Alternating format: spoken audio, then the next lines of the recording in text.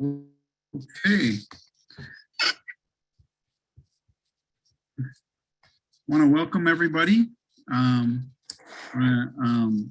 Take some time to thank everyone again for their time. I believe this is our sixth meeting, and I hope people think we're moving in the right direction and we're learning from each other and continue to respectfully share our thoughts. The first thing we need to do on the agenda today is approve the minutes. And so with that, are we going to do a vote, or is there any? Has everybody reviewed the minutes and is open to voting? And then we'll simply put up the poll. And if there's a reason why you see an error or you'd like a correction on the minutes, please put it in the chat. And again, what really worked last week is we won't take questions during presentations. We'll stop at certain times and we'll allocate time for questions. And if we run out of time, we will either figure out time to readdress those questions or add them in our notes of our post summary.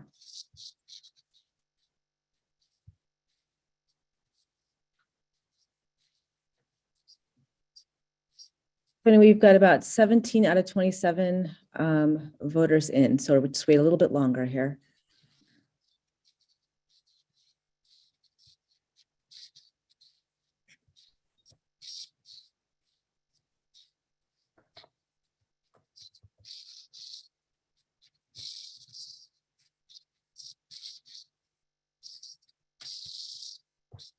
I think we've got to pause now. So we may still have, we've got about 25 responses out of 29. Some of those may also be city officials who aren't voting. So I think it's up to you if you want to wait a little bit longer for just more participants to join the meeting, or if you want to go ahead and move ahead. I think we have the majority, and I think if someone sees a glaring omission or mistake, please let us know. But otherwise, I think we can move forward and move forward with the announcements. Great, thanks, thanks, Tony. Yeah, we just have a couple of announcements for task force members to bring you up to date on the kind of parallel activity that's taking place at the City Council. Last week, the City Council took a budget action which will allow the city to hire personnel necessary to implement the rent stabilization ordinance come May 1st. So I believe the city is authorized now to go forward with hiring. There will be hirings in the Department of Safety and Inspections, the City Attorney's Office, and the City Council for the purpose of beginning the implementation of the ordinance on May 1st. The other announcement is that last week, 2 additional resolutions had their first hearing, and tomorrow on Wednesday, there will be public hearings on these resolutions related to the implementation of the rent stabilization ordinance beginning in May. Both of these resolutions were technical in nature.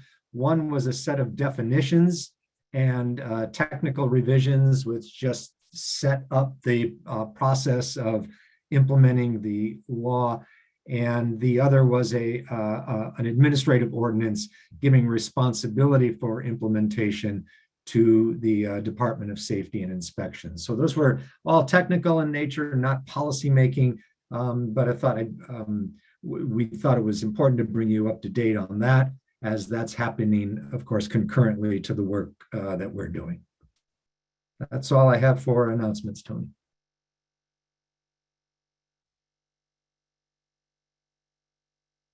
You're muted, sorry. I said, thank you for that. Without any other announcements, let's move on to the survey. I want to apologize. We had a snafu, and as you can explain a little bit more, but I think we got all the responses back on there. I know some was omitted initially. So Ed, you want to go over that, and then we'll go over the summary. Sure. So we did send out a version of the post meeting survey responses that did not include all of the responses that we received. And that was done in error. And so we have corrected that. And this morning, you all should have received the full set of remarks that you made in the post-meeting survey. So, so if you have additional questions about that, I'd be glad to field those. But that was done today, and that's the process, and the policy will continue to follow as we go forward on this. So what I wanted to bring up substantively from the post-meeting survey was your suggestions related to the public input that the task force will be receiving at the April 12th meeting. And I think there were really 4 themes that we heard in your responses. The first is that many of you thought it was a good idea that there be time limits given to individuals who want to comment to us. And so we will certainly incorporate time limits for each speaker during the public input process. The second thing that you all suggested in your responses was that there be an allowance for written input so that people could provide their thoughts in writing to the task force. And that could be in addition to what they were able to say at the meeting, or instead of speaking to us at the meeting. So we will establish a process whereby we can receive written input from the public as well. The third item that came through in your responses is that the session ought to be held at a time when we could experience the greatest amount of participation, and that was felt to be in the evening. And so I think that we may make a proposal to you that the April 12th public meeting that we have for the task force would take place that evening from 6 to 8 p.m. I'll allow Tony to take that from there, but beforehand, or before that, the final item that we took from your responses is that there's a need for some kind of an engagement strategy to get the word out about our desire to receive input from a broad cross-section of the public. And so we will put our thoughts to that as well. So Tony, I'll hand it back to you on the issue of the timing of the April 12th meeting. Okay. Before we go any further, I just wanted to, Philip, do you have anything to add on this right now? No, thanks, Tony. Okay. When we looked at the time for the, I wasn't sure if we solidified on the time. I saw 6 to 8 p.m. at night. There were some comments that said that, in some discussion points, there should be 2 options for people morning and during the night, and making sure that we have enough advance notice. So I wanted to pass it to Philip and then the group about the possible 6 to 8 p.m. at night, and if there was any objections for that.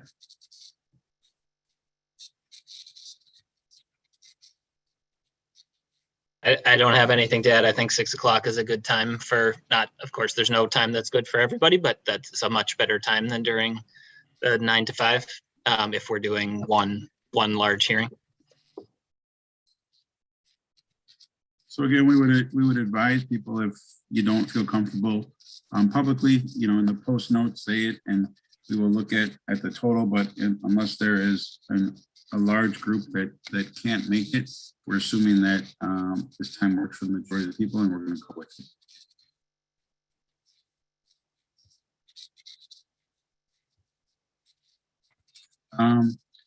So I guess we're pretty good there. We're moving on then. Moving pretty quickly. We're saving time, so we have more time for questions. So I think we can jump into the learnings. Okay. Thank you very much, Tony. All right, so this is our last session on learnings. After we deal with, Hey, you know what? And I'm sorry to interrupt you, Ed. There was one question. I don't want to answer it out of, and I don't know if we know the about, you know, who can apply for the positions with the city that's put it in the budget. Is there anyone from the city that can share any more information on that? And I'm assuming it's just going to be a public position that people can apply for, budget it, but do we have any concrete information on that? Tony? Yep. The positions will be in the, if it passes as it's currently in, the positions would be in Department of Safety and Inspections, and they'd go through the normal St. Paul hiring processes, I suspect. So, okay. So we're assuming that anyone could apply for it, just the way anybody applies for any other city position in that way. I hope that answers your question, Marcus. And, okay, Ed, back to you. okay. I mean, Chris. Okay, so as I was mentioning, this is our last week of learnings, and we're going to be focusing on how cities across the country have implemented their rent stabilization programs, and what are the considerations to take into account when thinking about how the program is implemented. And this may be an area that the task force may want to weigh in on with considerations or not, but we felt it was an important dimension for everyone to understand. So the question is then here, how do we set up a system of compliance and education? As you can see, this is the fifth area of program design options. And we're going to talk about how to monitor and deal with compliance and non-compliance, how best to minimize disputes and misinformation and confusion about the ordinance, whatever it says, and then how to pay for the cost of this kind of program administration. So, you know, I want to begin by saying that there are a range of approaches that exist. Some locations take a very minimalist approach, and others take a very hands-on approach to implementing their programs. So, for example, the state of Oregon, when it passed its statewide rent stabilization, essentially left it up to renters to sue to enforce the stipulations of the law. So the renters were given a right to sue to enforce, but this put the essentially the entire burden on the renters who are in a position in Oregon to know the law, to be able to follow up on it, to have the resources to do. There is virtually no implementing infrastructure at the state level in Oregon to facilitate that ordinance or that piece of legislation. From that extreme, you have all the way to the other end, which is a much more engaged model where local governments not only provide the means for hearing and resolving disputes, but that the government provides information to all actors, property owners and tenants on how best to fulfill the obligations and responsibilities on both sides of the rent stabilization ordinance. So again, what we're about today is how to make a rent stabilization policy work and make it workable, to make sure that there's adequate funding or adequate services and notice to all parties involved. So to begin with, rent boards are very central to implementation in many cities. Rent boards hear petitions from both landlords, property owners, and tenants. Rent boards oftentimes will make decisions about exceptions to the caps. They will make decisions based on considerations of reasonable return. Rent boards may also develop public information materials. In some places, the rent boards actually set the rent caps, but even where the rent cap is set automatically by a formula, the rent boards publicize and help to enforce those rent caps as well. Rent boards will oversee registration of units. The boards themselves meet regularly and they meet publicly. And they really are in charge of implementing all elements of the rent stabilization ordinance in many cities. They also routinely report annually to the council and to the mayor on a number of different facets of their operations, including the number of petitions that they heard, the outcomes of those petitions, et cetera. So rent boards are important. In most cases, rent boards are administered by paid staff. So a rent board doesn't eliminate the need for paid staff because, of course, there's a lot of paperwork involved in the work the rent board does, and usually members of rent boards are volunteer members of those boards. So in most cases, then a paid staff may draft general and individual adjustments to regulations. They may be the ones that actually review the individual petitions that come before the rent board and advise the rent board. And it may be also that the paid staff are the ones that produce the public information material and conduct the seminars and the public information sessions that so many rent boards actually sponsor across the country as well. So there are really these two layers to it. It's the rent boards and then the staff behind the rent boards. But rent stabilization legislation or ordinances really should address the composition and the funding for the board or the staff and any kind of expectations related to how hearings will go, how enforcement will take place. So where the rent board is to be appointed, and most rent boards are appointed, the local ordinance or legislation should designate who will make the appointment and what the standards are for people who are serving on the rent boards. This is an example of the composition of rent boards in a number of different communities across the country. And you will see that there tends to be a kind of an effort to balance the representation of tenants with property owners.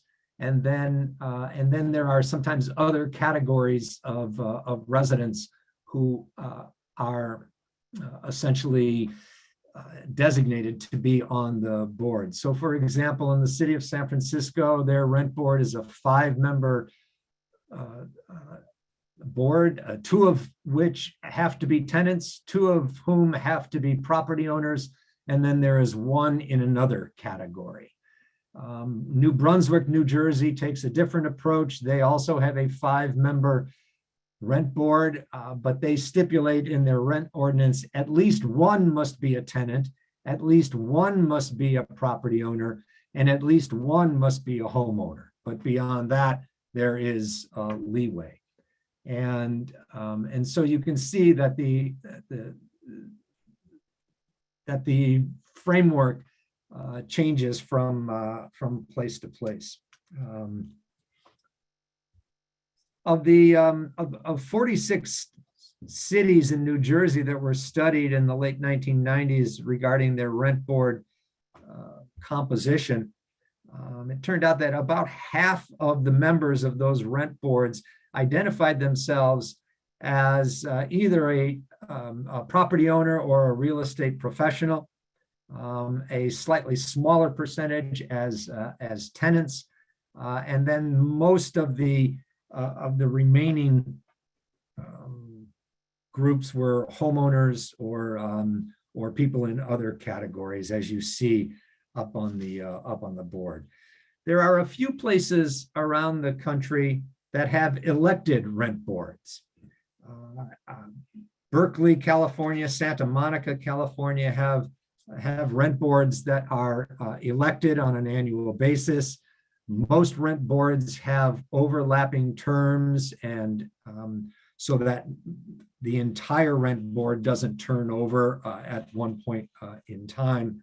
And these are kind of typical of a lot of different public commissions and public boards as well. So the rent board, its composition and its duties is one important element of implementation, and they are fairly central to the enforcement and the notice of laws. But basically, beyond the rent board, a lot of attention needs to be paid to achieving the objectives of encouraging and increasing compliance, of guaranteeing that all parties understand what the regulations are in the rent stabilization program, that they all understand what their rights are and what they can do under the law. In addition, providing specific guidelines for actions and definitions is important to smooth implementation. Providing tenants and property owners with annual notice of what the maximum allowable rents can be has been shown to have a significant impact on compliance. And then the creation and the application of specific and reasonable penalties for compliance and incentives for compliance, et cetera. So these are the kinds of steps that you want to think about and that cities need to think about when implementing a rent stabilization program. And so let's take a look at one of the first ones here, which is registration. Most places will require that rental units be registered, and this facilitates the monitoring of compliance, essentially requiring a registry of rent-regulated units. And this registration, or the registry, really records different characteristics of the units themselves, the basic attributes of the units, the number of bedrooms, the services that are offered at the building, what the base rent is at the beginning of the program, et cetera, right? So some laws require the registration statement be sent to the tenant. Other cities allow for the registration to be public, while that is not always the case. And again, some cities have found that sometimes disputes between property owners and tenants can be avoided the more transparent the process is, right? And so having a registry and having all of the information and the data about a unit in a central location is seen as important to implementation. And this provides then the basis for rent boards and the city to do its job in monitoring and monitoring compliance. The second area of enforcement that is important here is the identification, delineation of specific and effective and reasonable penalties. And I think we'll remember from our discussion of the St. Paul ordinance last week that there is a section of the ballot initiative that was passed by voters that does essentially allow for the creation of these penalties. And again, these penalties probably work best when they incentivize compliance and do so in ways that are clear to all parties, so that implementation can be as smooth as possible. So some cities will impose misdemeanor fines that apply when it is found that a party has been trying to avoid their responsibilities under the law. In some cities, that can be accompanied by a time in jail, but typically fines are the way that most cities go. Some cities will also provide a private right of legal action for assessing damages, but also for injunctive relief. That is the ability to stop an actor from pursuing a particular type of activity. So restraining a party from taking certain steps. So again, these are typical elements of rent stabilization programs around the country. And then finally, what else might be done to encourage and increase compliance? I'm going to show you some specific examples here. What you see in front of you is a tenant handbook that the city of Oakland, California has put out. It includes a list of 10 local organizations that provide assistance to tenants, the full contact information, and the list of services that are available to tenants. It provides a checklist for new renters about what they ought to be looking at when they sign a lease.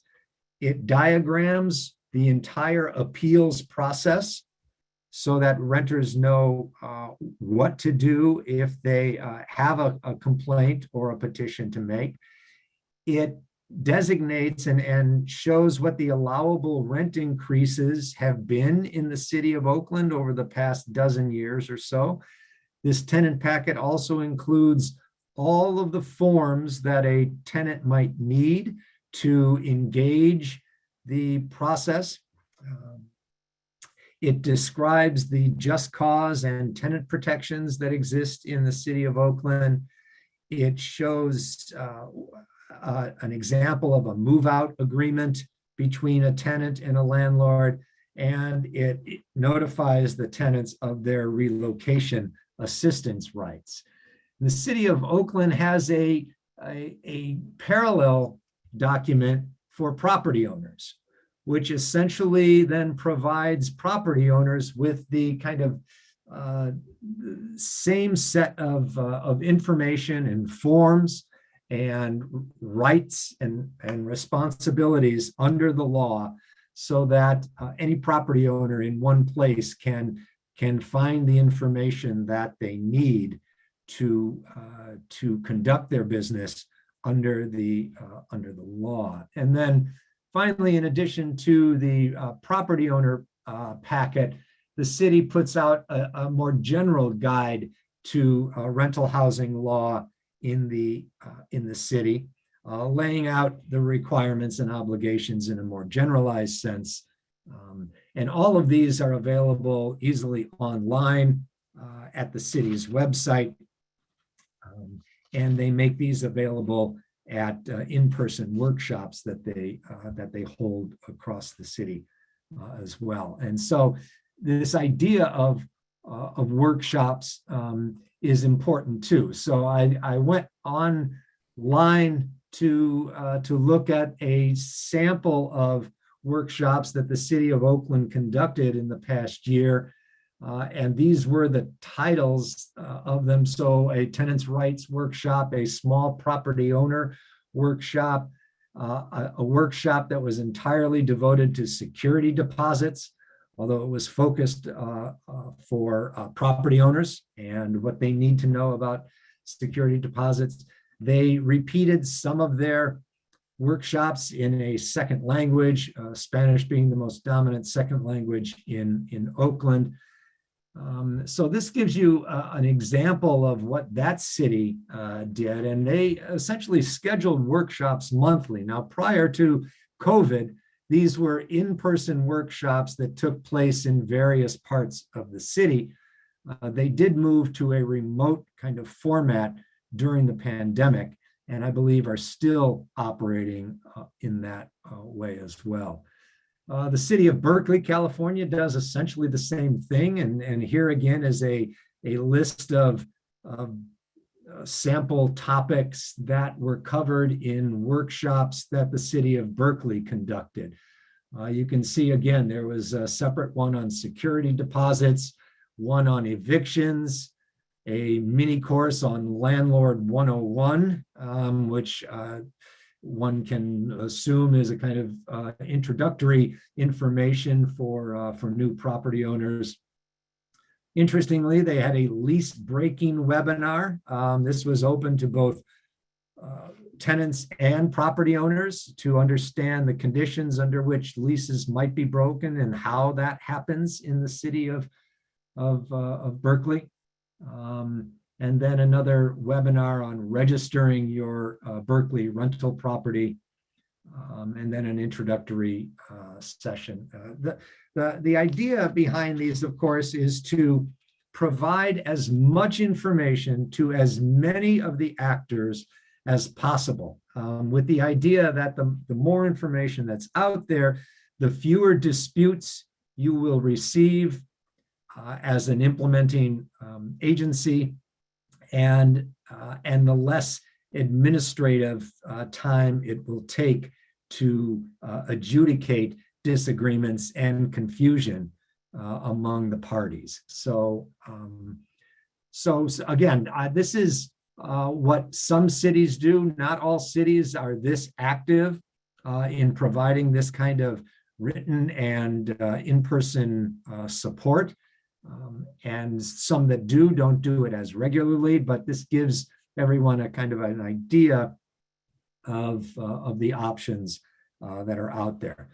Some cities, in addition, provide person-to-person counseling and direct contact support for renters and property owners, so that on the website of the city, there is the opportunity for a property owner or a tenant to contact a program manager directly and have their questions or concerns addressed by a representative of the city or a representative of the rent board as well. So again, just ideas about how this happens. And then finally, you're probably all thinking about, what does this cost, and how do cities end up paying for this kind of administrative infrastructure? And the only real study I could find on implementation costs is now 30, almost 40 years old. And it estimated that the costs ranged anywhere from $2 to $72 per unit per year, and that's per regulated unit. So that $2 and the $72 in 1984 money is the equivalent of $5 to $195 in today's dollars. And sorry, on my slide it says 2002. That's a typo. It's $2,022. All right, I updated it to current dollars, not dollars 20 years ago. And so, but again, you'll notice that's a huge range, right? And I think that range reflects the wide range of implementing strategies that cities follow, right? So a very involved city infrastructure providing workshops and a lot of services and information is, of course, going to cost much more than a more minimalist approach.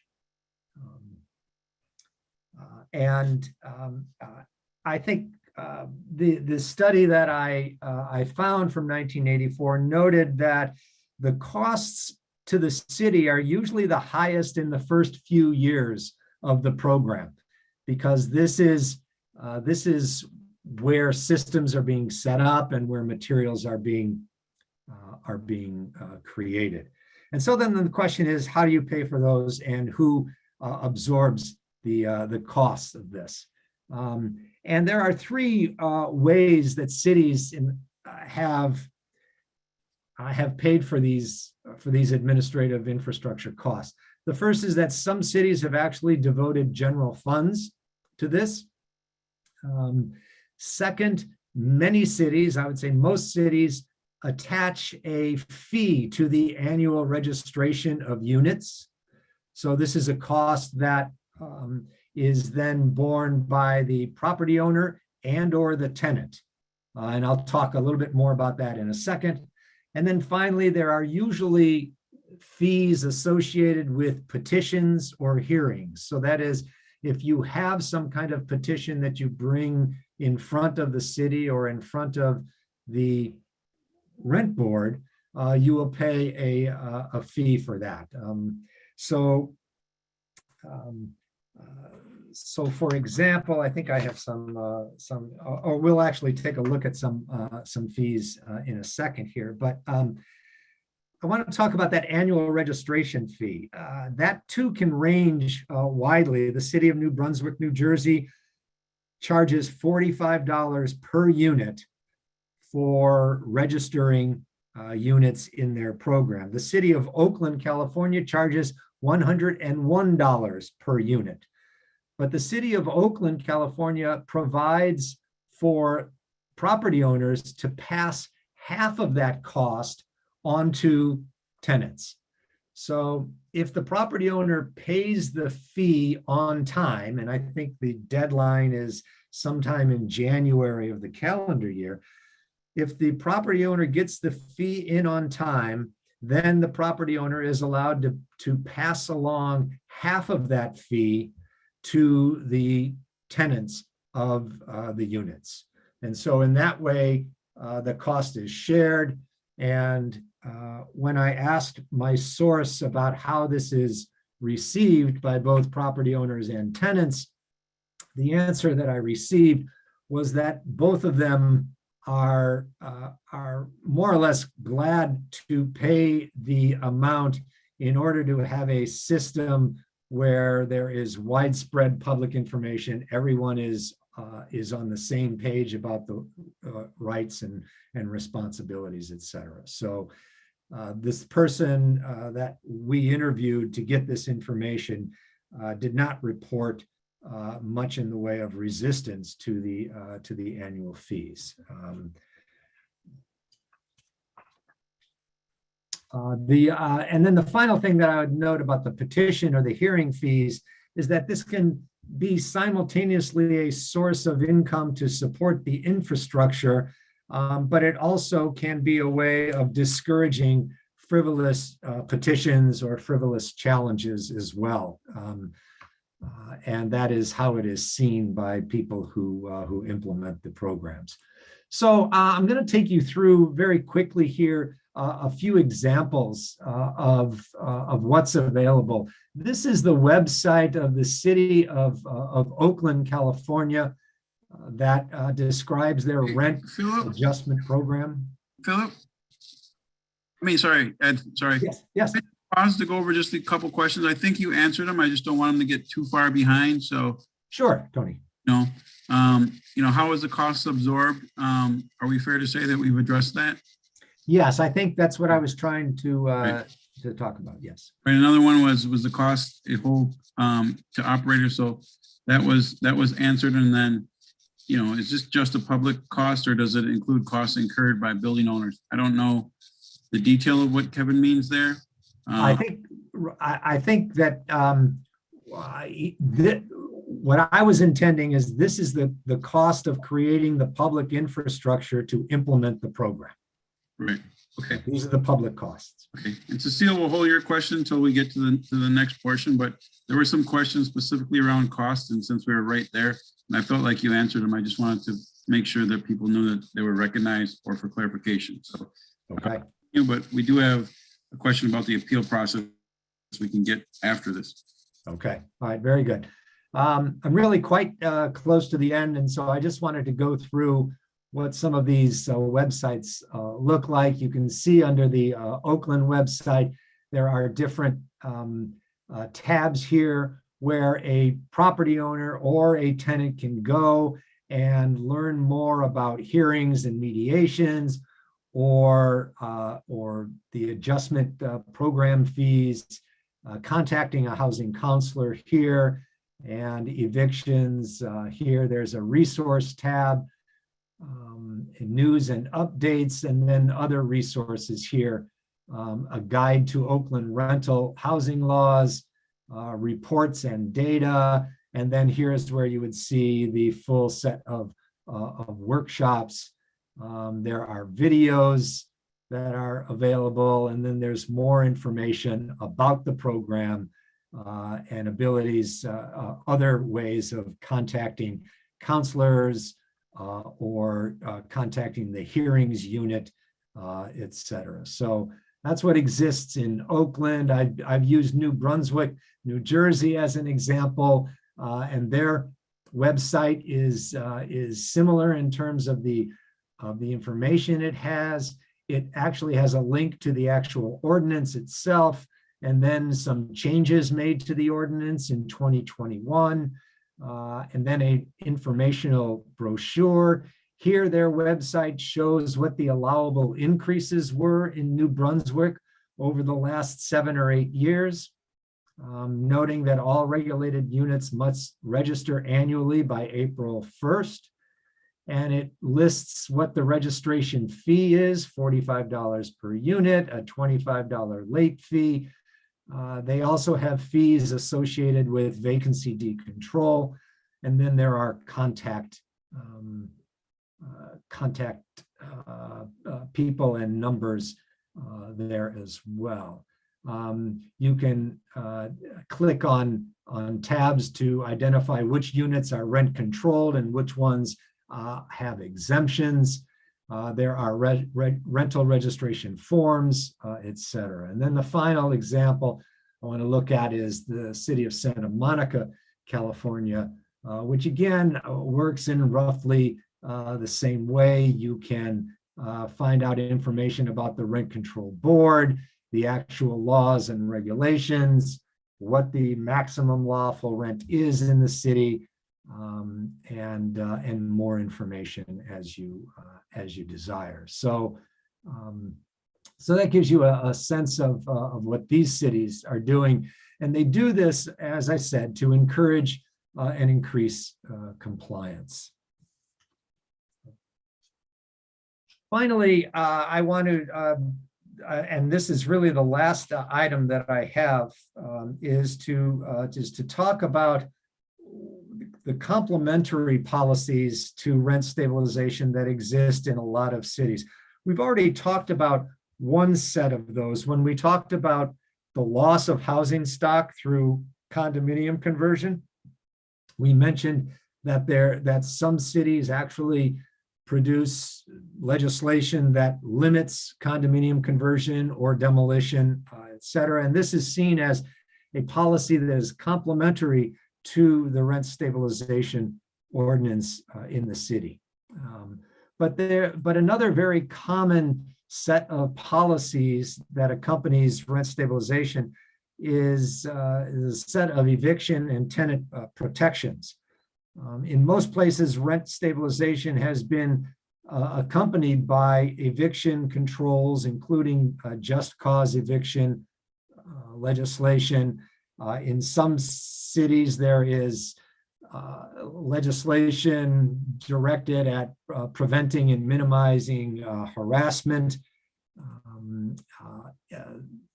Some places will provide provisions for relocating tenants who are displaced through the conversion of units to an uncontrolled status, or out of housing altogether. So that can that shows up as a complementary policy in a number of different cities. And then finally, some cities have begun to limit or regulate the use of fees, recognizing that in a lot of places, some costs to tenants are either being shifted out of the rent and into a fee structure, or that fees are essentially being added to the rent in some cases as well. So you see that happening in places. So that's really the end of my prepared remarks. I'm going to stop the share here, and it can answer additional questions that you have about this before we go forward. Sorry, Tony, you're muted again. One clarification, Cecile's question was about, the appeal process, and I wasn't sure if you meant the current appeal process or examples of appeal processes. I meant examples. So let's just say it's an appointed and a landlord or a tenant doesn't like the decision of the rent board. Are there examples about how an appeal processes work, or even if there is an appeals process? And Right. So that varies from place to place, and some places will have the opportunity for an administrative appeal, and others make different provisions. So I mean, that's quite variable from place to place. It would be spelled out in that portion of the ordinance that deals with the petition process. thanks. I have like 4 questions, but I feel like I should like wait a while, then ask another one. So I'll. Well, thank you for your consideration. Is there any other, I don't see any other hands raised. And we do want to make sure that you might be asking questions of other people as well. So if you have a question, please write it in the chat or raise your hand and we'll call on you. And in light of that, Cecile, you can answer another question. Okay. I'm wondering if, in terms of the registration that landlords fill out, do you know if in any cities they've kind of piggybacked on, like, I think St. Paul has a rental license. So have they ever just expanded the rental license form so it's kind of seamless for staff and the landlords, and it's just one, so they don't have to think about, I got to do this on June 1st and this on August 15th or something? Right. I don't know the answer to that specifically. It strikes me as making sense in terms of making it as easy a hurdle as possible, both for the property owners, but also for city staff as well. So Okay.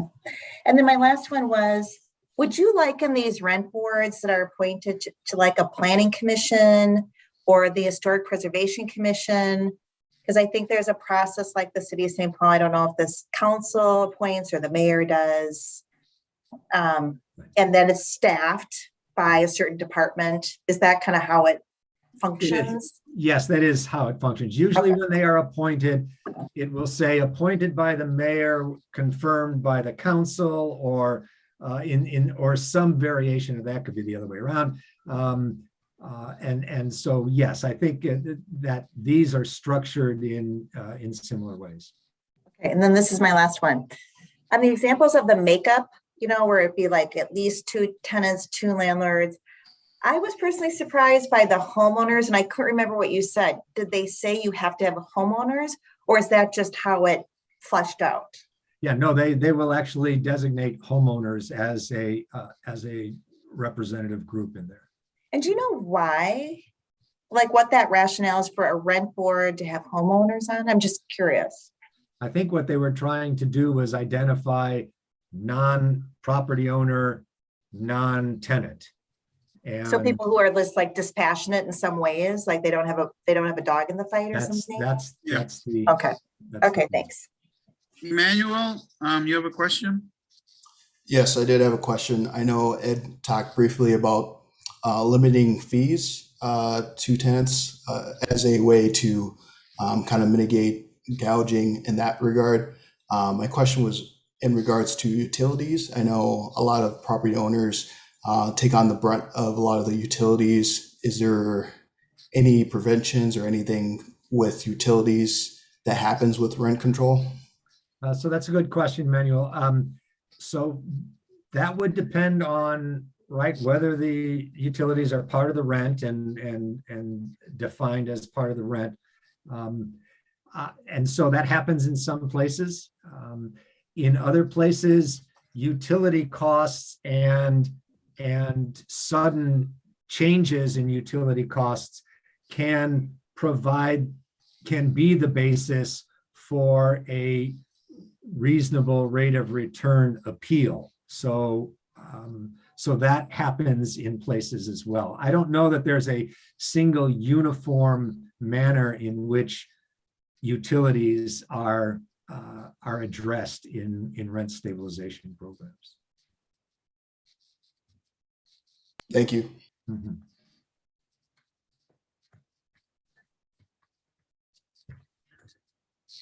I know Cecile asked, I'll wait. Kira, if someone has that answer about how many total rental units, let us know. What would prevent a landlord from breaking out utilities and not part of the rent? And just one thing is, it depends, I think, if like utilities, if you have an 18-unit building where you're heating the whole building where it's not individualized, it becomes more difficult to individualize it. Ed, do you have an answer to that? Well, let me answer Cecile's first. Cecile, at the very first meeting, we sent around a document that had a very brief summary of the rental stock in St. Paul. So the answer's in there somewhere. And to Jay's question, what would prevent a landlord from breaking out utilities and making them separate from the rent? That would depend then on the incentive structure that is created by the rent stabilization program and how rent is defined. And Jay provided an answer to Cecile's question. So I don't see any more hands up. And that was more of an answer from Tony. So I think we're tracking okay time-wise.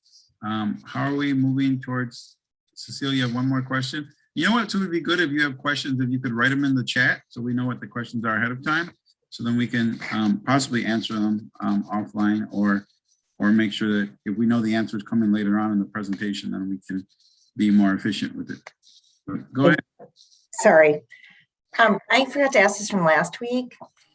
On the conversion limits, has there ever been any lawsuits brought about a taking or property rights issues at all? Has that ever come up? On Conversion, like limiting people's ability to convert to like tear downs or converting to condos. Right. For cities that have limited that, has that ever proved a challenge, or has that been just totally cool? I'll have to get back to you on that. Okay, thanks. My guess is there probably have. A lot of these ordinances are very carefully crafted to probably avoid that kind of takings issue, but we'd have to get back to you. Now, I'm assuming when you say conversion, would it be the same as a sale too? Not necessarily sale. I think we're talking about converting from rental to a condominium. Right. In order, or the other types of conversion limits that have been imposed are demolition limits sometimes. So that goes beyond just a mere sale. Right. All right, I think we're out of questions for now. And so Ed, you want to move us along? Sure. So I think what we'll do, this works out really quite well from a timing position. We'd like to take a break because when we come back from the break, we're going to have a group process. I think this is the point at which we're now starting to transition to our deliberations. And so we have an exercise that we would like to take the group through for the second hour of today's meeting. So if we can take a break and come back, my clock says 1:53. So if we come back no later than 2 o'clock, we can get started again. Okay.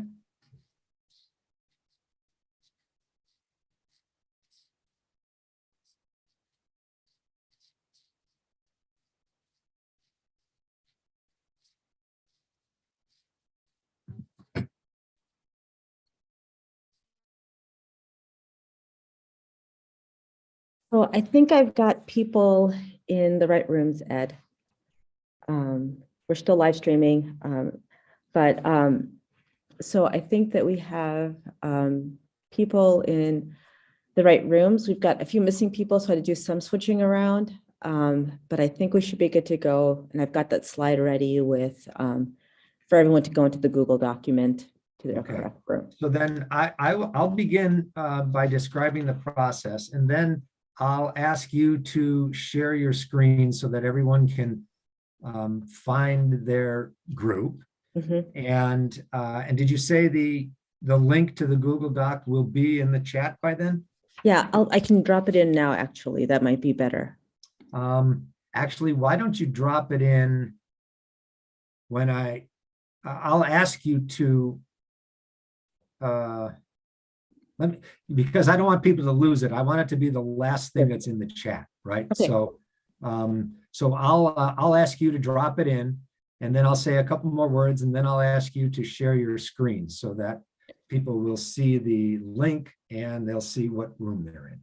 Do you actually have the Google Doc yourself to put in the chat? The link to it. Yeah, only because when I try to share screen, I drop out. So I'll lose the Oh. shared slide. And then when I try to get to chat, oh, maybe I can, let me find the link. Here we go. Okay.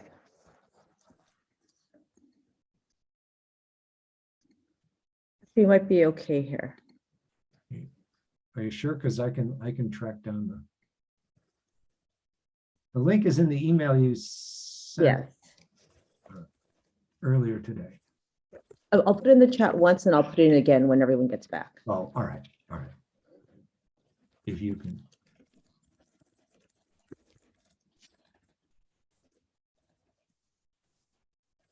And then I didn't put names into the groups in the Google Doc. That's because I knew I was moving people around. So I don't think we want names on there. I think that we want that kind of input to be de-identified. okay, great. Because then people can just pick a slot. Essentially, you should just tell them to pick, Right. Position 1, 2, or 3, or 4 on the team, and then Take what's available, right? Yep. Yeah, great. Okay, so hopefully we are all set. So Tripty, can I just say that I don't have, my microphone is kind of like in and out on my phone, and so my microphone goes in and out, so I don't have the best, I Okay. guess, audio advice right now. yeah, who is this speaking? This is Maisha. Maisha. Okay. Let me make sure I got your audio into a room. I'm trying to think about, one thing you'll have to ask is just as people, this Google document will be open after the meeting as well, Maisha. So Yeah, I do normally look at them after the meeting, but I was just Yeah. kind of letting you know, last week I ran Yeah. into the same issue, and I just don't want people to think that I'm not here because I'm not really speaking, I'm more so listening. yeah, But at the same time, my microphone is really funky as well. no problem. And so I think just but you don't have access to the chat right now. You're not on the Zoom call. You're just on your phone, right? Yes. Okay, so we'll be working on some documents and looking at some shared documents. So I think just when you get into your breakout room, just let people know. And then I think after the fact, the Google document that we're taking notes on, you can, I'll send you that link in your email, and then you can, add in any comments and thoughts that you had during the course of the session. Does that sound fair? Yes, thank you. I definitely appreciate it. Okay, thank you.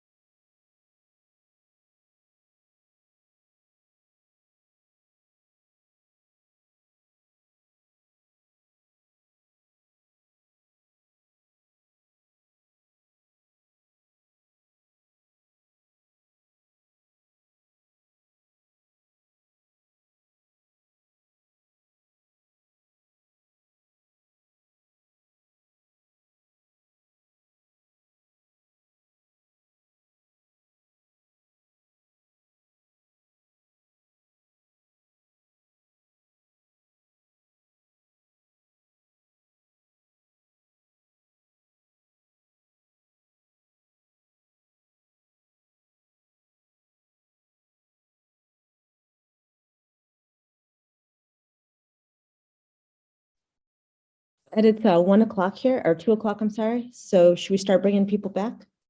Yes, we should. All right, I'm going to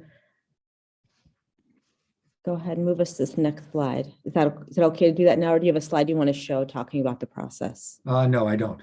Okay. Do you want me to bring the document up at all? But I don't want, are you sharing that slide right now? Yep.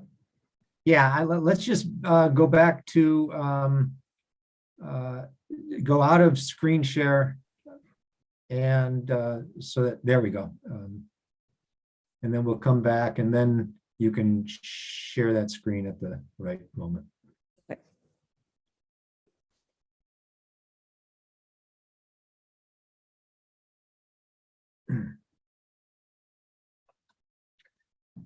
But I don't see Tony back on screen, but I think we're turning this to you, Ed, to kind of set up the small group discussions and kind of the process. Okay. So go right ahead. All right. Thank you, Philip. Okay. Welcome back, everyone. Hope your break was restful. So we're gonna begin the process, as I said, of transitioning to deliberations, having had the background of the last few weeks. And I just want to point out that as a task force, you've been charged by the city to produce some considerations for them regarding the design of the rent stabilization policy. And so we'd like you to try to begin this process by thinking from a design mindset. You know, architects don't begin their work by making decisions about where doors go. Designers don't start by deciding on the very specifics of their work, right? Instead, design thinking begins with ideas about what one is trying to achieve in a large sense, what the intent is behind the work, and how the thing or the place being designed is meant to function and what it is meant to accomplish. So we're in a collaborative process here, and a collaborative design process is usually iterative. Ideas are generated, they are challenged, they are reconsidered and redefined, right? And this process requires an openness to ideas, an openness to innovation. And a design mindset then is different from what you might call a scarcity mindset, which focuses on, you know, what might I lose in this process, or what do I need to gain out of this process, right? The scarcity mindset can put us into a fight or flight mode or a protection mode, and that can inhibit learning. It can inhibit innovation. It can inhibit rational deliberation. So I think to proceed with designing this policy, we want to see if we can begin by producing a vision of what the final product should look like. That is, what it should accomplish. Think of this as developing a kind of common criteria by which to judge the rent stabilization ordinance. How would we know, for example, if the rent stabilization program in St. Paul were a good one? What would be happening in the city of St. Paul if the program were a good one? How would we identify success out of a rent stabilization program? Now, I know that the first reaction of some of you might be to identify success in something that doesn't happen. That is, you might be thinking, well, the program would be good if X doesn't happen, right? And that's a legitimate reaction. What I would ask you to do is to try to put that idea into a positive form, right? Okay, so you don't want X to happen, but what should happen instead of X, right? And so let's think about putting these into a positive form. What would happen if the rent stabilization program were a success? What outcomes should the ordinance facilitate? And so we're looking here at what we're calling mid-level outcomes.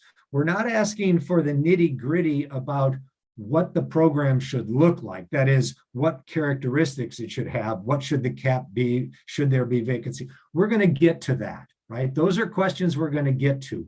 We want you to be thinking at a slightly higher level about what the ordinance should accomplish. And we don't want you thinking at too high a level. So equality and equity and efficiency of the market are all great things, but we'd like you to sort of come down a little bit from those high ideals, and again, looking at the mid-range. So an example might be, if the program's a good program, then it would result in adequate property maintenance for rental properties in St. Paul, or it would eliminate rent gouging, or et cetera, right? And so those are ideas. So here's how it will work. You've been assigned to breakout rooms, and Trupti, if you could share your screen so that everyone can see their assignment. That this is happening. There we go. All right. So you are all listed in alphabetical order, and you are all in a group that is letter identified. NA means that you are not in attendance today, but otherwise you can identify which group you are in, right? There are 4 members per group generally. And this is important because I think in the chat right now is a link to a Google Doc. And so what I want you to do when you click on that is to find your room in that Google Doc. Each of the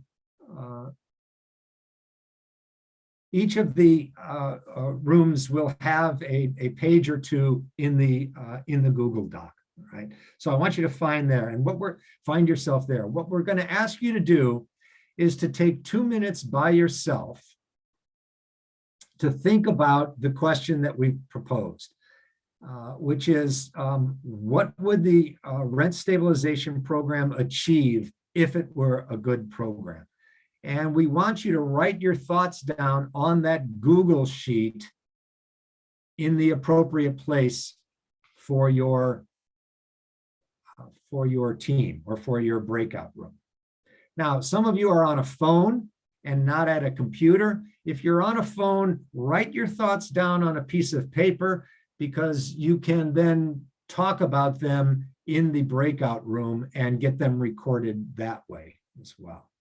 So we'll go into those breakout rooms. The first thing you should do is, in the breakout room, is to designate a note taker. All right, now note-taking matters here because we're going to take all of the notes from this process and give you feedback next week about this. So designate a note taker who will then take notes on the discussions that you are having. Each person in the breakout room will have 2 minutes to talk to the group and to talk about their ideas about what a good ordinance should look like. And then we'll come back to the full room and briefly debrief. Now, here's one final twist on it. We're going to do this twice. The first time we do it, we're going to ask you to put a renter's hat on. We want you to think as a renter about what a functional and good rent stabilization program would produce. And we'll go through this process, and then we will repeat the process, asking you to put on a property owner's hat and ask you to answer these same questions, go through the same process as a property owner. So that's the process we've got in front of us.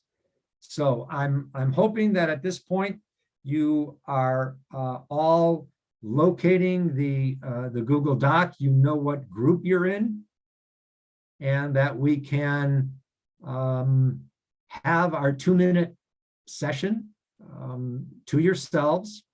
We'll begin with that, and then we will move people into their groups, into their breakout groups. So this is your chance. Take 2 minutes, and I'll quit talking.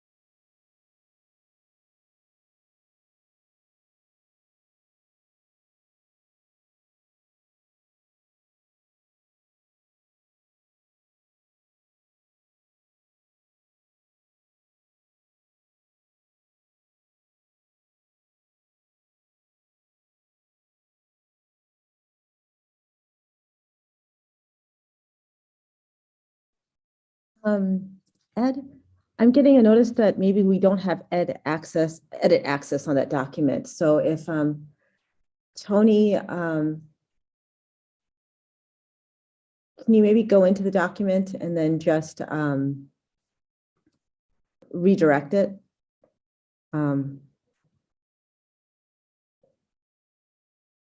If you can put like the edit, I think we'll have to go into that URL and just pull down like an open link for everyone and then put it into the chat here.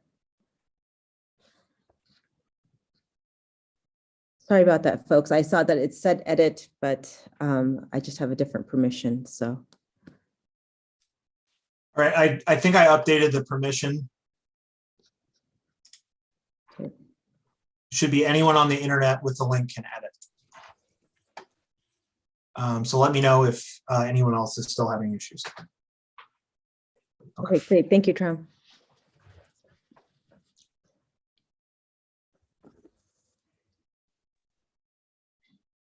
This is Julie Schwartz, and I can't get to a breakout room. I'm on a cell phone.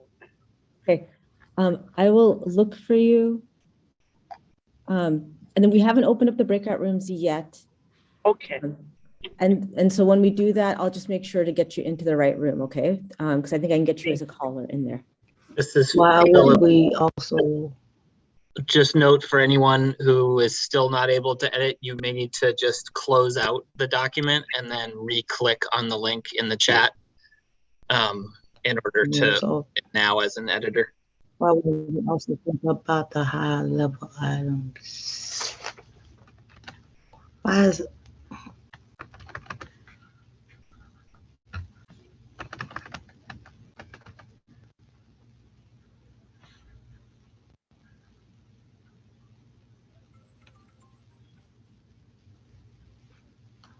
I think because of those technical difficulties, let's just give it a 30 seconds here more, and then we can get started.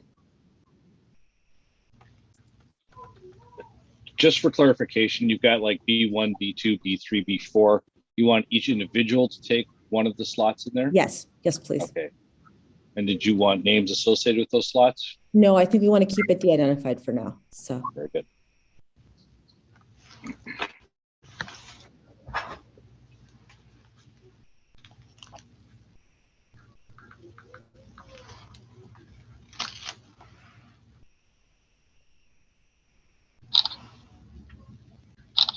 I'm gonna start sending you guys to the breakout rooms, and then I'll give a couple minutes to sort of, for you guys to get situated and to choose a note taker. And then what I'll do, and then if you can have someone start speaking, they'll get 2 minutes and I'll just send out broadcast messages to just sort of prompt people to change so that everyone kind of has equal speaking time. So here we go. I can't. Arlene, I think I heard you. Oh, man.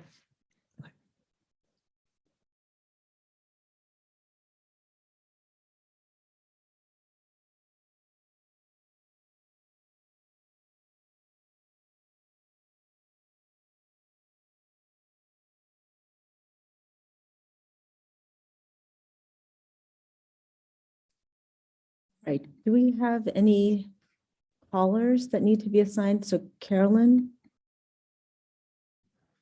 let me see what room you're supposed to be in.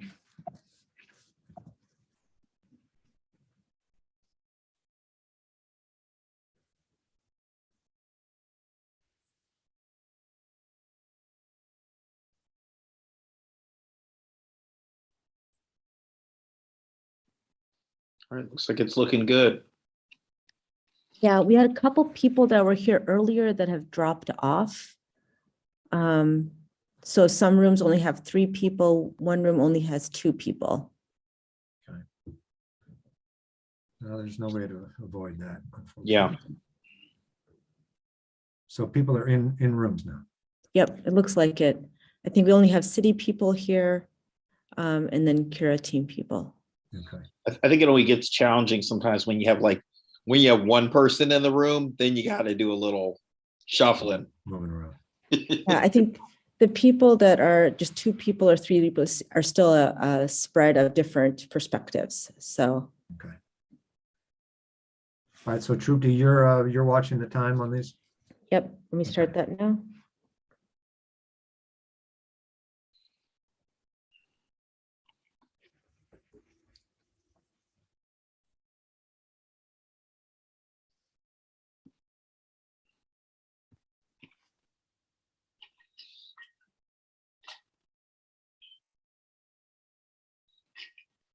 I mean, this is great. I can't wait to hear what the discussion results are going to be.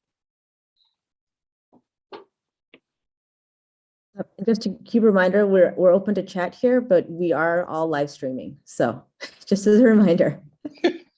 Yeah, I've been kind of like, I'm keeping my comments close to the vest right now.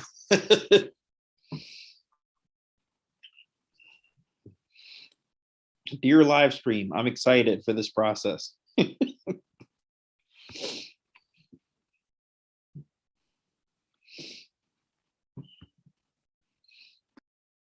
And then I think for people that are watching the live stream, because we're doing 4 sessions, it'll be about another 8 minutes before we come back into the general room. So in case you need to take a break, take a walk around. So.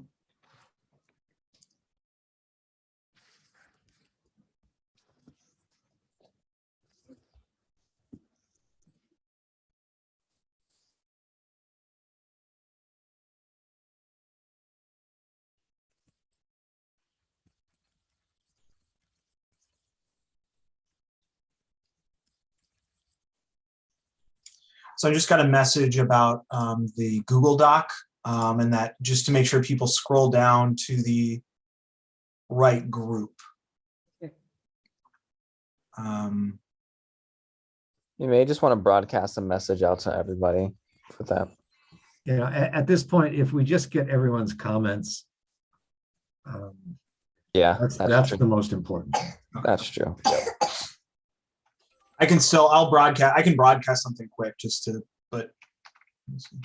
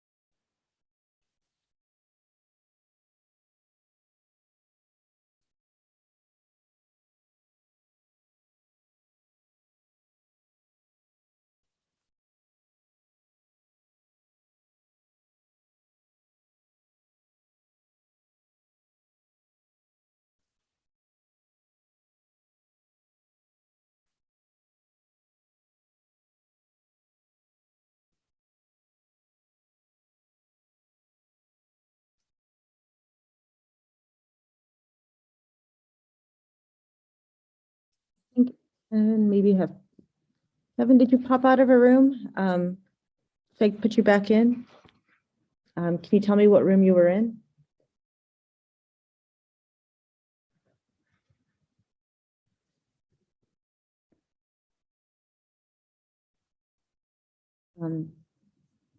Tony or Malik, if you can look at the room assignments, I can try to get Kevin back into his room. Thanks. Can you tell me what letter again? And I can.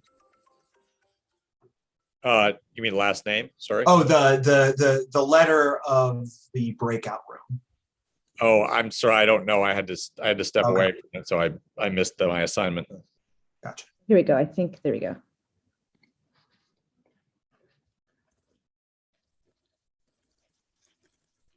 G, I guess. G. Okay. All right.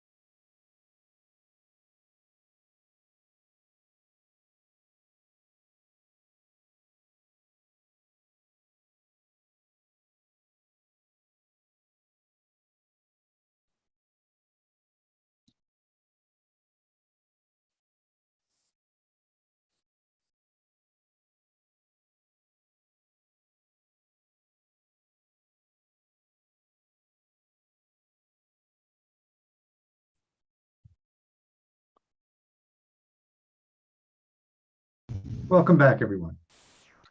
I hope you had an opportunity to converse in the small groups. As I mentioned, we're gonna redo this process wearing property owners hats, and so I want to make sure we have time for that. But before we go there, I wanted to give an opportunity for any of the groups to report back. Remember that everything that the note takers took is recorded on that Google Doc, and we will actually process all of that material after the meeting and come back to you with a full report. So all of your conversations will be recorded and part of our report back. So you don't have to worry about being sure to speak at this moment, but I did want to leave the floor open for those who had something pressing to say about their conversations. So, B.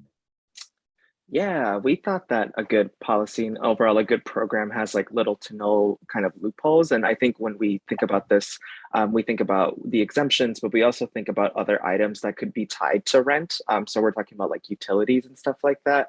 What we don't want to happen is later down the line for utilities to be used as a way to increase rent, because that could possibly cause a lot of harm for the renter.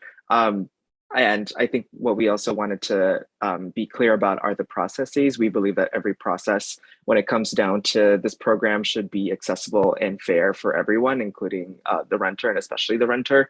And on top of that, the rent boards, if any do come up, right?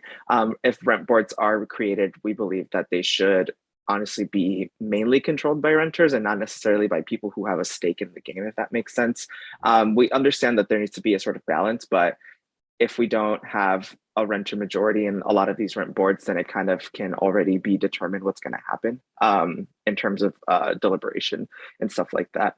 But we also believe that a good policy like this will allow people to just overall stay in their homes a lot longer and prevent people from not being able to invest in our communities truly, because there won't be any community left to invest in. So that's just some things we talked about. So great, thank you, B.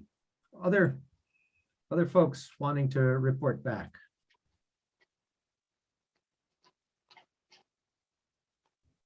I think when we talked about it, we sort of got mixed up and did both at the same time. But as far as the renters are concerned, we wanted them to be stable. They want a livable, affordable place to stay, and where maintenance is consistent. And yeah, and so repeating some of the things that B talked about. But yeah, so.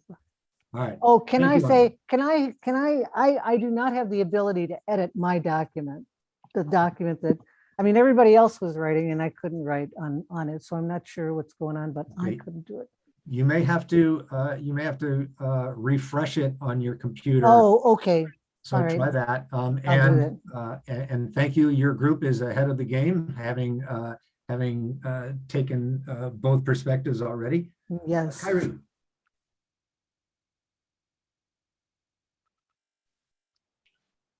That was an accident, sorry. Oh, okay. Okay. All right. Well, that's fine. Again, as I noted, all of your comments in the small groups, as they were recorded by your note taker, will become part of the record, and we will report back on that. So I think we've got a couple hands here, though. Oh, I still We've got time for maybe one or two more here. All right. Sorry, I didn't see it. Jay. Yeah, I don't know if it's much different than what is ready, but the only thing I want to add is that we were looking at the administrative process. We want to make sure it's understandable, it's efficient, and it's low cost, because, with some of those fees that might add, and then appeal fees, whatever that might be, this can get a pretty expensive process. Plus, the city has to administer it. So we want to make sure it's affordable, accessible, and efficient. Okay, thank you, Jay. Thomas. Yeah, thoughts on how that would work.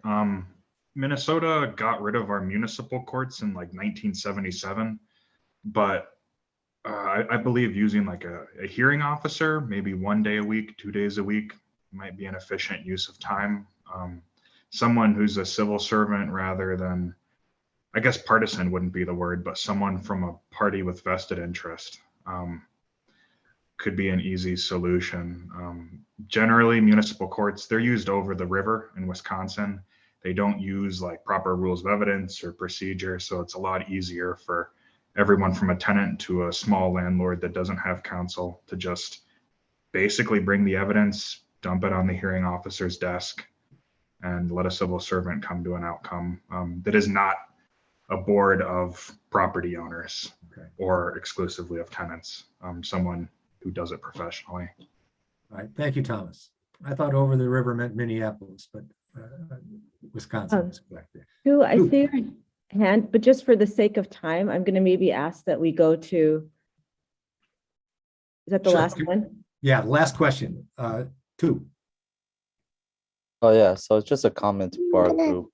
I think we just kind of look at it where it kind of builds into our community more, so that both the homeowners or landlords and the renters understands their responsibilities. So there needs to be that education piece, because it's not just the landlords that needs to take responsibility for this, but also the tenants and the renters. Okay.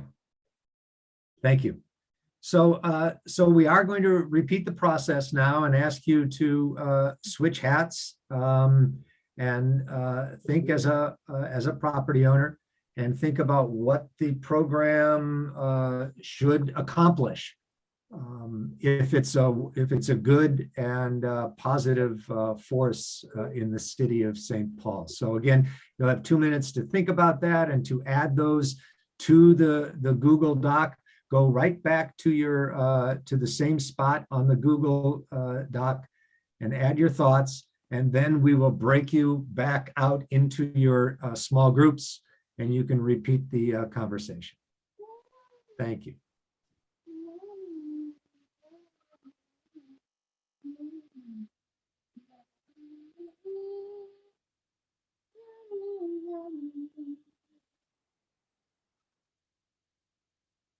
That's my name.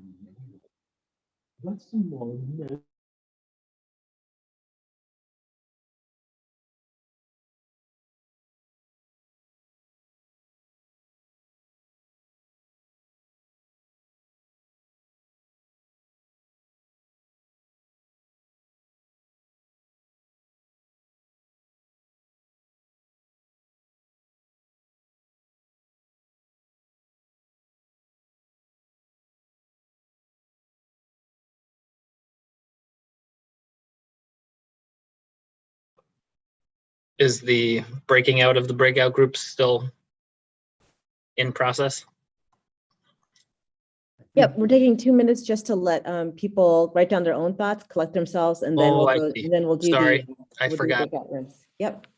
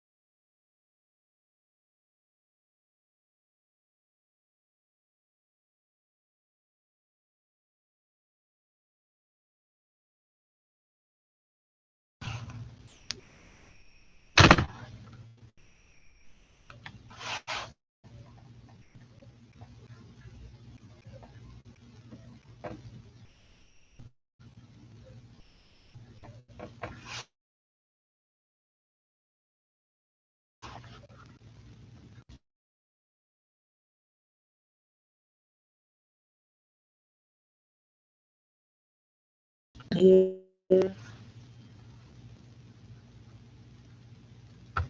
Still waiting for some people to return. Is that right? Or are we all back? Here we go. Is being recorded. Great.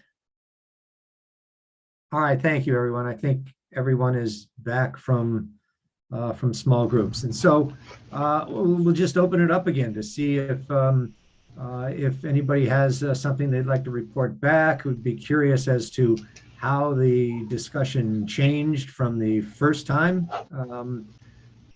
or how it didn't change. So if anyone wants to offer a reaction.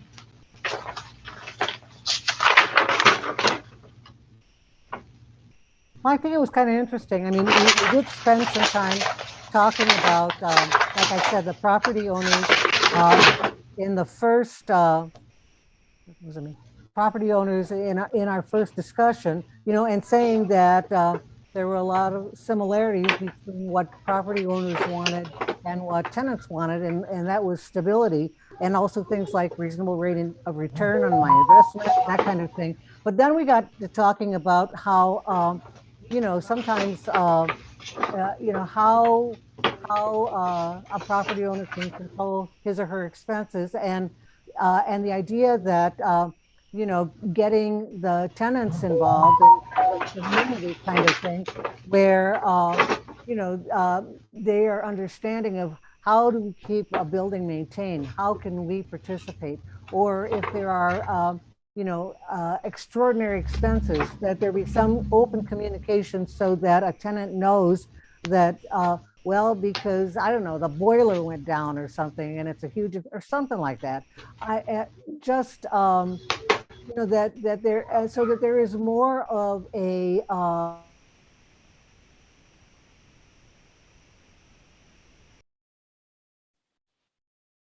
Arlene, you got muted, I think, in the last part. yeah, so that there's a respectful give and take between the tenants and the property owners. And I'll just leave it at that. And if any of the partners in my discussion group would like to add, fine.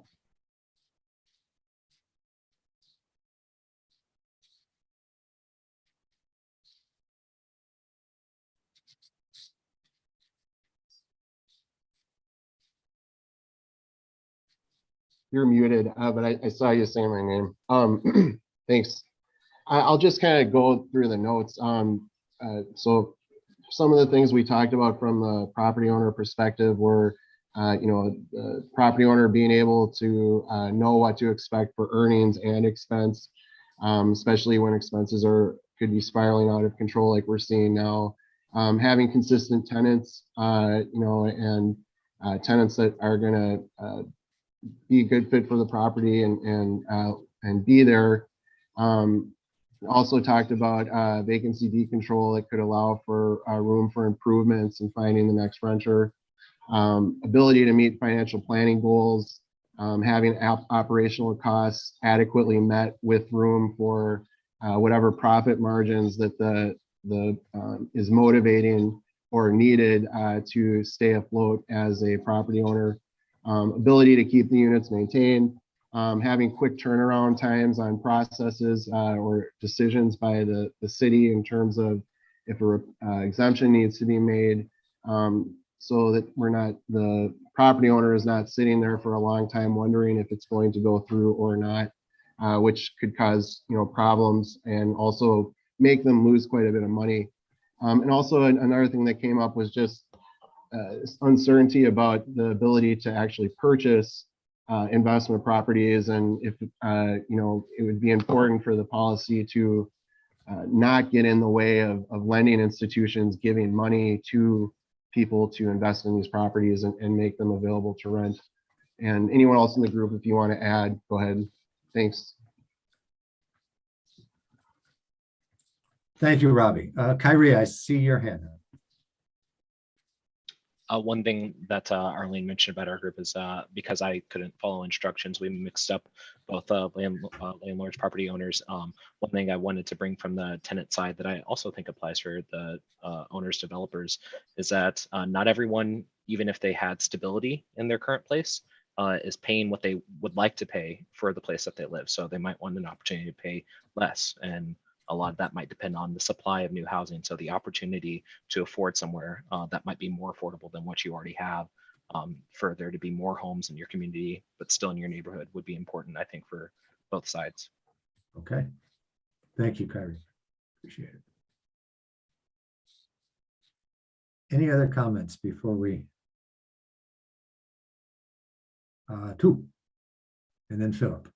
Yeah, anyone in my group should jump into it if I forget something. But I think we don't really have time to discuss a lot of stuff. So our main takeaway for this discussion is really to maybe this ordinance can help actually discourage some of the larger investment firms that are coming to our community, but at the same time should really encourage our local investors and our smaller local investors to invest in our community. So hopefully that's something that this could help with.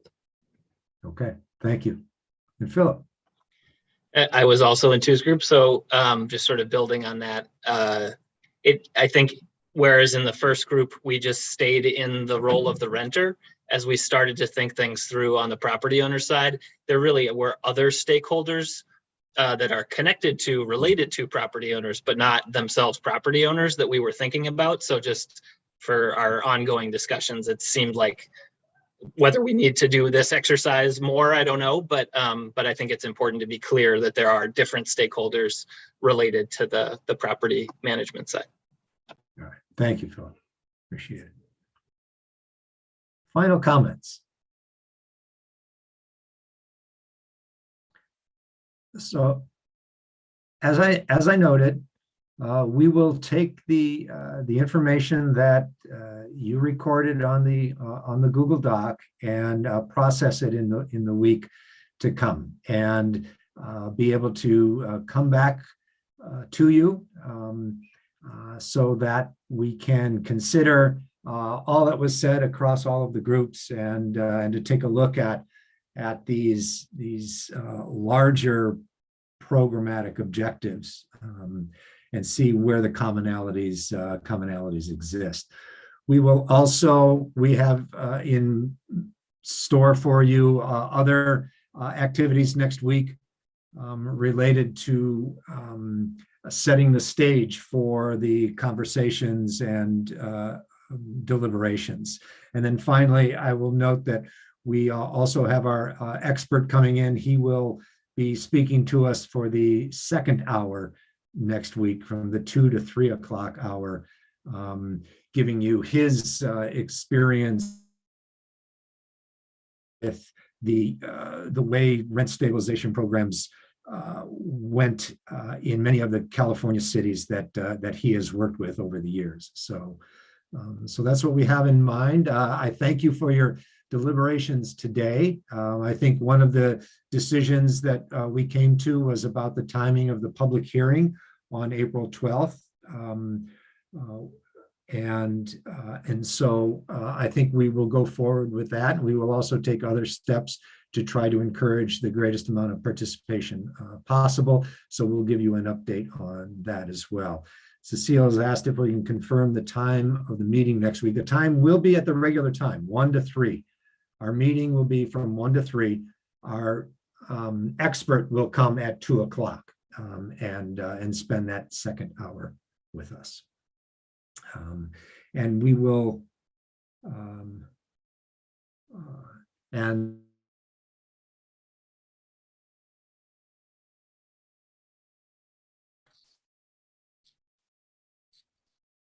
Might be frozen here. Philip, is your hand up? Sorry, forgot to take it down before. And yes, I'm having connection issues. Well, if Ed stays frozen, the survey will be sent out. I think we're already about wrapped up, but really appreciate being able to look at different perspectives. So do we have any other business? I was sorry.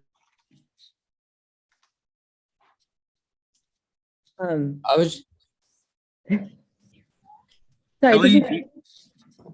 Yeah, if we're not all going out, I was wondering next time if I could get, I'm a numbers person, what the current housing gap number is. How many units are we short in St. Paul? So there must be data on that. The housing and development must have something like that. If I anyone. was just at a seminar a couple of weeks ago, and Jamie Tincher, I think, mentioned 11,000 units short, and the guy from Ramsey County said 13,000 in Ramsey County short for 30% affordable. Okay, so we'll look to get that information. Yeah, and then comparable to the previous year, that would be helpful to see if it's improving or not improving. And I want to be respectful of time as we wrap up, but any time of factual questions that you have, I think you should be able to put it in the post survey or discussion, because that'll give them a week to basically look up and come, and then we can address some questions as we start off the next meeting. If you have other things that you're curious that you want to know, feel free to send those in. Terrence, are you up? Yep, I was just going to note, just as a matter of transparency, that I asked Tony to lock that document that you all commented in, just so nobody can go in there and, whatever. But I think if you want to continue to comment on that document, I think we should make it available within the post-meeting summary or the survey. So if you want to continue to comment on that, you need some time to think about that, then I think you'll have that space. But just out of transparency, we're going to lock that document so that nothing happens to it.